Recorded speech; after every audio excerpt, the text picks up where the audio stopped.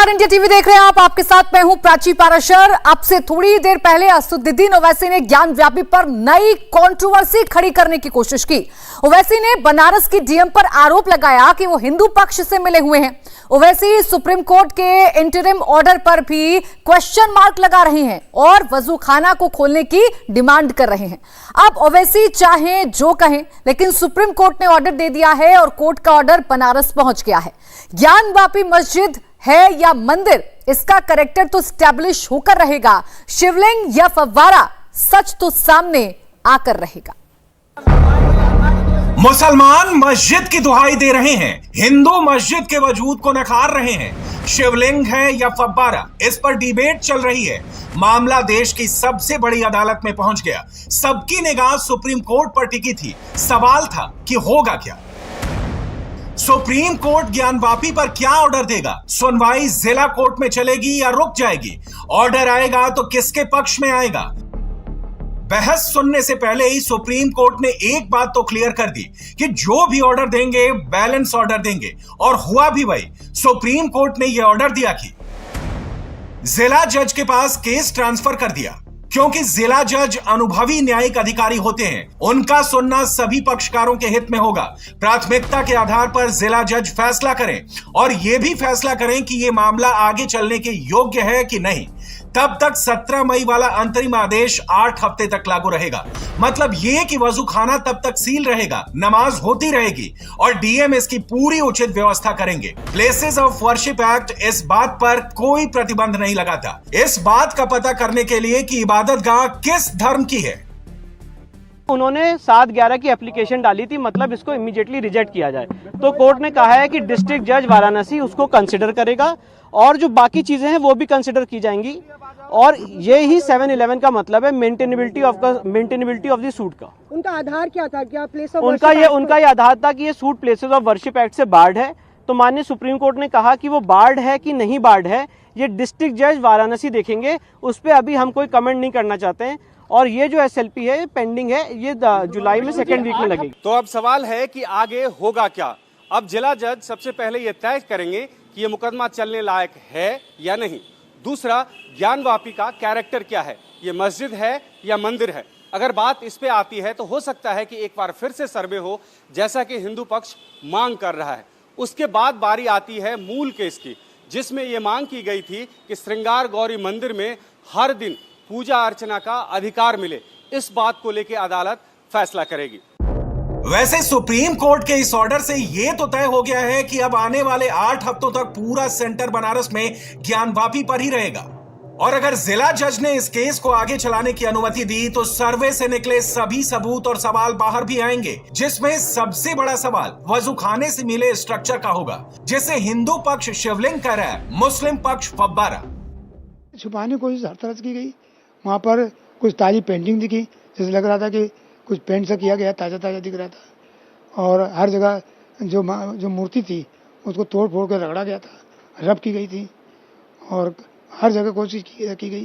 जो सीलिंग है उसके आसपास 4 दीवारी उठा दी गई ताकि दूर से न दिखे, दूर से लगे कुआं का रूप है, दूर से लगे कुआं का रूप है।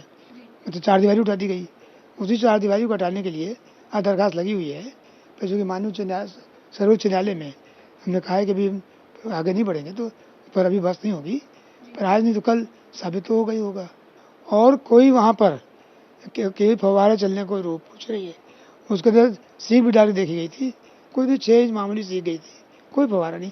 फव्वारा होता तो सीख जाती या कहीं ना कहीं छिद्र दिखता। मैं तो एक बात चाहता हूँ कि बिल्कुल फेयर इंक्वायरी हो जाए और दूध तो दूध और पानी का पानी हो जाए और साफ दिख जाए कि क्या चीज़ है, कोई भ्रम रहे ही ना। मैं भी नहीं चाहता कि शिवलिंग नहीं है तब उसकी पूजा करें। मेरा कोई भी ज़्यादा बवाल मचाने का नहीं है, पर शिवलिंग है तो छोड़ेंगे नहीं, तब तुमको उसकी पूजा करनी है। सीधी सी बात है। वो फव्वारा है और उसको हम साबित कर सकते हैं कि फव्वारा, अगर हमें मौका मिला तो हम पानी चला के दिखा सकते हैं। ऐसा कुछ नहीं है। वो ठोस ज़मीन पे रखा हुआ है और सीमेंट का बना हुआ है। संस्कृत के श्लोक वगैरह कहीं नहीं मिलेंगे, तो बिल्कुल गलत बात है और गलत प्रचार किया जा रहा है।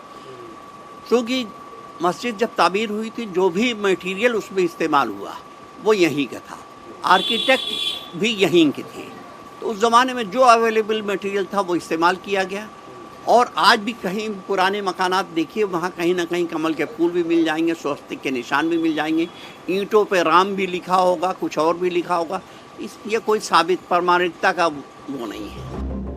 हिंदू पक्ष का आरोप है कि शिवलिंग के साथ छेड़छाड़ की गई, शिवलिंग में ड्रिल किया गया, बाबा के वजूद को मिटाने की कोशिश की गई, जबकि मुस्लिम पक्ष का कहना है कि शिवलिंग नहीं फव्वारा है और उसके पूरे सबूत हैं। हम माननीय संविधान का पालन करने वाले लोग हैं, कानून का पालन करने वाले लोग हैं, और हमें पूरा विश्वास है कि यह जो आने वाला है जो फैसला हमारे हित में होगा, मंदिर समर्थकों के हित में होगा और हिंदुओं के हित में होगा। हमारा दावा 100% सत्य है। एक पत्थर का बना हुआ है, काले पत्थर का बना हुआ है, वह शिवलिंग ही है।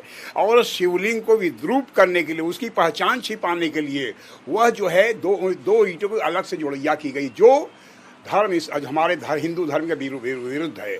और हम मुस्लिम समाज से चाहते हैं कि मुस्लिम समाज पुनः हमारे यह शिव जो है ज्ञानवापी को, हमारे विश्वनाथ गिरिश्वर महामंदिर को हमको सुपुर्द कर दे। वक्फ यह मस्जिद है ही नहीं, क्योंकि वक्फ बोर्ड की प्रॉपर्टी नहीं है।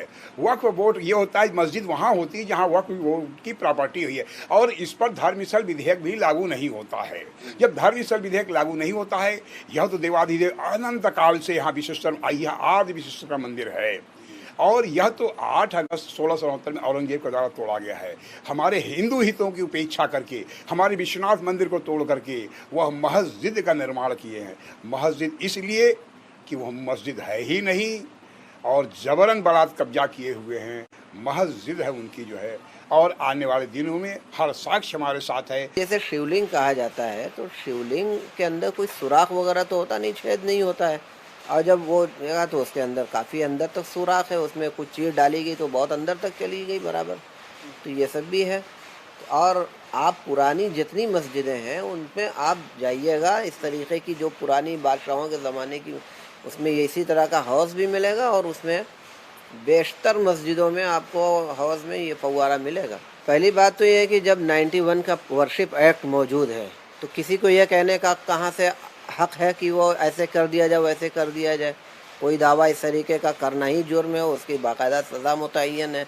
वर्शिप एक्ट बना ही इसीलिए कि कोई इस तरीके का फिर माहौल ना पैदा हो, और ये बना दिया गया कि जो सन 1947 में जितनी भी इबादत गाहें जैसी थी यथा स्थिति उनकी बरकरार। पहली बात तो ये दावा ही नहीं करना चाहिए, तो कोई खिलाफ कानून है।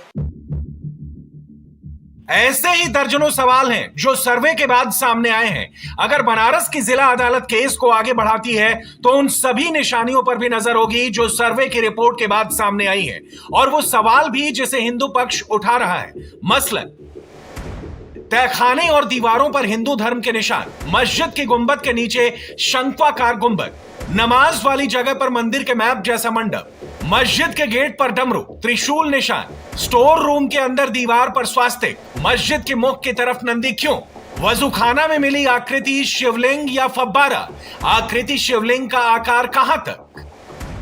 सर्वे रिपोर्ट की कुछ बातें सामने आने के बाद कई सवाल भी खड़े हुए। सुप्रीम कोर्ट में भी मुस्लिम पक्ष ने आरोप लगाया कि सर्वे के कुछ चुनिंदा पॉइंट जानबूझकर लीक किए गए, लेकिन सच क्या है, इन सवालों का जवाब स्पेशल कोर्ट कमिश्नर ने दिया। शिवलिंग मिलने की बात हुई तो क्या प्रतिवादी पक्ष की तरफ से इस पर विरोध जताया गया तो कैसे इस पे आप फिर आगे बढ़े? जी, कुछ लोग उसमें 1-2 लोग थे थोड़ा सा उत्साहित हो गए थे, तो प्रतिवादी द्वारा मुझे ध्यान आकृष्ट कराया गया कि देखिए इस तरह की ये लोग हल्ला गुल्ला ना करें, कुछ मतलब कुछ नारा वगैरह ना लगाएं। तो तुरंत मैंने उस समय बतौर स्पेशल कमिश्नर कोर्ट जो नियुक्त किया गया था माननीय न्यायालय द्वारा, तो तुरंत मैंने उन लोगों को बाहर किया और एकदम शांति प्रिय तरीके से एकदम अच्छे माहौल में, सौहार्दपूर्ण माहौल में हम लोग की कमीशन की कार्रवाई पूरी की गई। जब आपने कहा प्रतिवादी पक्ष या मुस्लिम पक्ष की तरफ से कहा गया कि ये फव्वारा है, ये फव्वारा सुनिश्चित करने के लिए क्या क्या आपने करके देखा और क्या? जी, मेरा काम है, कोर्ट कि माननीय न्यायालय ने मुझे बतौर कमिश्नर, कोर्ट कमिश्नर नियुक्त किया था, तो जो कार्रवाई हुई है बतौर कमीशन के दौरान वो सारी चीज़ें मैंने लिख दी हैं। जो कहा गया, जो नहीं कहा गया, वादी द्वारा जो ध्यान आकृष्ट कराया गया, मैंने एकदम साफ डिटेल्ड एकदम अपनी रिपोर्ट में मैंने वो बना के सबमिट कर दिया है। क्या शिवलिंग को जब साफ किया गया तो कहा गया कि कपड़े से शिवलिंग को साफ नहीं करते हैं, तो फिर क्या रेमेडी अपनाई गई? जी, वो सब चीज़ें गोपनीय हैं। वो हम लोगों ने कोई ऐसी चीज़ नहीं की। मैंने अपनी रिपोर्ट में कोई शिवलिंग नहीं लिखा है, आप देख लेंगे। वादी पक्ष द्वारा कहा गया था, प्रतिवादी पक्ष द्वारा फुहारा कहा गया, मैंने वो लिखा है। मैंने शेप वगैरह अपना किया, माननीय उसकी वीडियोग्राफी और रिकॉर्डिंग हुई। माननीय न्यायालय के पास वो सुरक्षित है। वो आदेश करते समय माननीय न्यायालय उसको देख के जो आदेश करेंगे वो सर्वमान्य है। डमरू, त्रिशूल, इस तरह के संकेत क्या स्पष्ट थे या उस पर भी कोई विवाद है? ये दीवालों पे खोदे हुए पाए गए थे, कुछ आकृतियां थी जो दीवालों पे खोदे हुए पाए गए थे, उस पे पेंट था, तो मैंने अपनी रिपोर्ट में दर्शाया है। और प्रतिवादी द्वारा जो कहा गया मैंने अपनी रिपोर्ट पे एकदम साफ तौर पे दर्शा दिया है। सुप्रीम कोर्ट को भी पता है कि मामला संवेदनशील है, हिंदू मुसलमान की आस्था का है, इसलिए अपने ऑर्डर में उसने भी इस बात को सुनिश्चित किया है कि वजूखाने को भले ही सील कर दिया गया है, लेकिन नमाज और वजूखाने की व्यवस्था में कोई दिक्कत नहीं होनी चाहिए। दिल्ली से फैसला आना था और जुमे का दिन भी था, माहौल शांत रहे, इसलिए प्रशासन और मुस्लिम पक्ष ने तैयारी कर रखी थी। इस रास्ते में आप आगे देखिए, ये पुलिस वालों की तादाद देखिए, ये रोका जा रहा है जो लोग उधर से आ रहे हैं और अभी एक तरह से वापस भेजा जा रहा है। ये अनाउंसमेंट हो रहा है, यहाँ पे आप देखिए सीनियर पुलिसकर्मी हैं वो अनाउंस कर रहे हैं और जो लोग यहाँ तक आए हैं उनको वापस भेजा जा रहा है। ये देखिए, ये वो दृश्य है जहाँ पे आप देख सकते हैं कि ये जो नमाजी भारी संख्या में यहाँ पे पहुंचे थे उनको अब यहाँ से भेजा जा रहा है। कुछ देर पहले हमने MS यासीन से बात की है जो सेक्रेटरी हैं, उनका ये कहना है कि जगह नहीं है इतनी ज़्यादा, इसीलिए लोगों से अपील की है हमने कि कम लोग आएँ। मस्जिद कमेटी के लोग हैं यहाँ पे, वो खुद देख रहे हैं। सर क्या इंतजाम आप लोगों ने किया है, लोगों को क्या मैसेज दे रहे हैं? लोगों को क्या मैसेज दे रहे हैं? ये देखिए फुल हो गई है, दूसरे मस्जिद में आप लोग नमाज पढ़ लीजिए प्लीज, मस्जिद की जगह फुल हो गई है। बता दीजिए सबको प्लीज, सभी से रिक्वेस्ट है अपना बगल में नमाज मस्जिद है इसमें चले जाइए, नमाज अदा कर लीजिए। ज्ञानवापी मस्जिद में नमाज पढ़ने आए नमाजियों को खुद इंतजामिया कमेटी और प्रशासन ने भीड़ बढ़ने पर वैकल्पिक व्यवस्था दी थी और यह भी हिदायत दी थी कि नमाज में कोई तकरीर ना दी जाए। और नतीजा ये हुआ कि सर्वे रिपोर्ट के लीक होने के बाद भी नमाज शांति से अदा की गई और कोई बहसबाजी नहीं हुई। जुमे की नमाज है, भारी भीड़ है, सर क्या अपील? भारी भीड़ नहीं है, सब कुछ बहुत सुचारू रूप से है।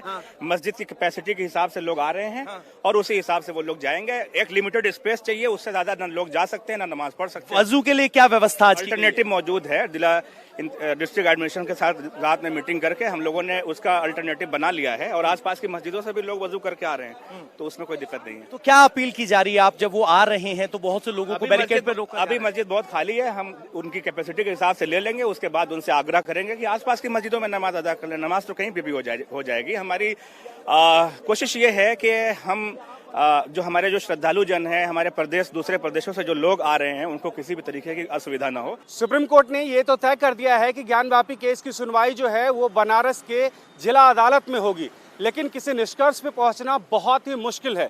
हिंदू पक्ष जहां अभी भी इस बात पे अड़ा हुआ है कि शिवलिंग के साइज को निर्धारित करने के लिए ज़रूरी है कि वहां पे खुदाई की जाए, वहीं मुस्लिम पक्ष इस बात पे अड़ा हुआ है कि 1991 के प्लेसेस ऑफ वर्शिप एक्ट के तहत इस पूरे परिसर में कहीं भी खुदाई नहीं की जा सकती है। अब देखना होगा कि अदालत कौन सा रास्ता अख्तियार करती है जिससे ये पता चल पाए कि वो पूरा परिसर मंदिर है या मस्जिद। इंडिया टीवी हर वक्त हर जगह डाउनलोड करने के लिए सर्च करें India TV news Google play store या ऐप स्टोर पर।